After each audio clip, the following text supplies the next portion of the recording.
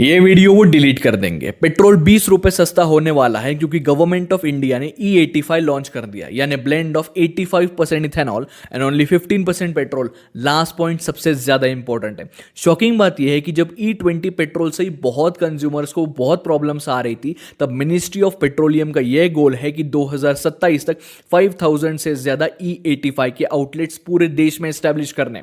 इसलिए अब flex fuel vehicles market में लॉन्च होना स्टार्ट हो जाएंगे क्योंकि नॉर्मल व्हीकल्स एक बार भी इस फ्यूल को नहीं चल सकते। गवर्नमेंट इसको मास्टर स्ट्रोक बता रही है क्योंकि पेट्रोल 20 रुपए सस्ता होगा कथित तौर पर। शुगर केन और कॉर्न की खेती करने वाले किसानों को इसका प्रॉफिट होगा। बट अब शुरू करते हैं असली वीडियो। पहला पॉइंट तो यह है कि E85 आराम से स्टैंडर्ड इंजन को खराब कर देगा, इसलिए जो अभी के व्हीकल्स है वो लायबिलिटी बन जाएंगे। चाहे वो E20 हो या E30, कहीं भी ट्रेडिशनल पेट्रोलियम ऑप्शन नहीं बचेगा। बाजार में ऑटोमोटिव्स की डिमांड बढ़ेगी और पूरी लोन इंडस्ट्री को इसके सबसे ज्यादा फायदा होगा, जबकि मैक्सिमम लोगों को नए व्हीकल्स की जरूरत पड़नी थी नहीं।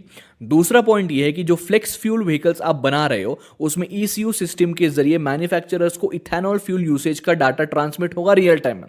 बस इसको आप क्या करो, आप GPS के साथ इंटीग्रेट कर दो तो पूरा आपके व्हीकल का एक सर्विलेंस मोड एक्टिवेट हो गया, यानी आपकी हर मूवमेंट रियल टाइम के सर्वर्स पर ट्रैक होगी। तीसरा सबसे important point, Brazil sugar cane यानी गन्ने की 30% ग्लोबल आउटपुट को कंट्रोल करता है।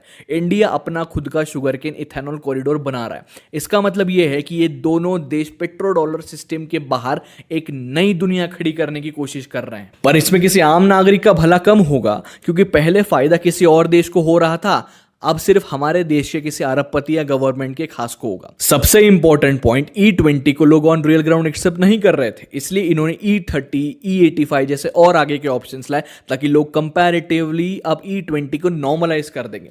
सवाल यह है कि आपकी गाड़ी पर सच में आपका हक है या नहीं। जवाब मुझे कॉमेंट्स में देना और ज्यादा से ज्यादा इस वीडियो को शेयर और रिपोस्ट करना। जय हिंद।